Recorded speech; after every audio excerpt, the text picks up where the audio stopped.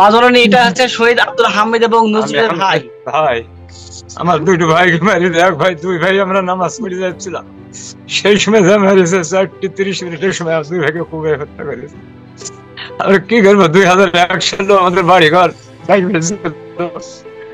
এবার আমরা এখনো ঘুমাতে পারিনি। আমরা 7টা মাস যখন আপনি চলে গেছেন, এই 7টা মাস আমাদের ছেলে ফেরি বিছানে ঘুমায় না, রাত্রে ছেলে ফেরি আমরা বসে বসে থাকি। কি করবো, আমরা চাই আপনি ভালো থাকেন, আপনি দেশে এসে আমাদের ফোনের বিচারটা আপনার হাতে করেন। এই কথা বলে আমি শেষ করছি, আর কি বলবো, কিছু বলার নেই আমাদের। দুটো ভাই হারা গেল আমার, 4টি মানুষ আহত।